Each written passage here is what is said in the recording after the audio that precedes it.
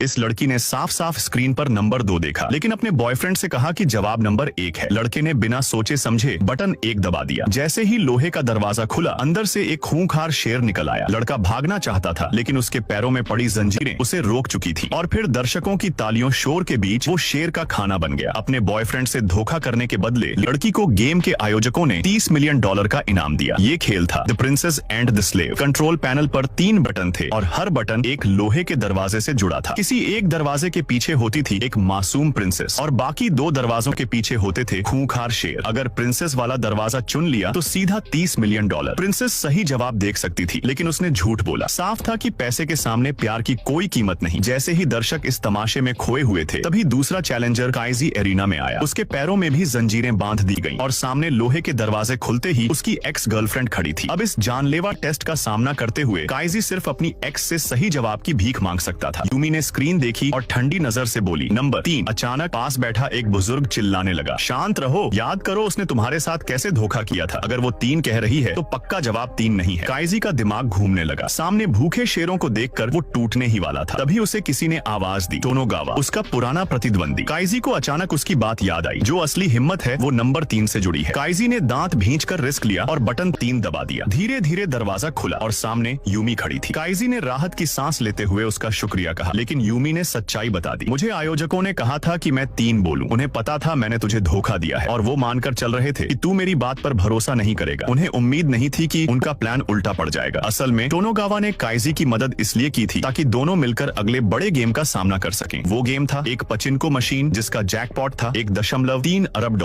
और फिर video like करने पर पार्ट 2 मिल जाए।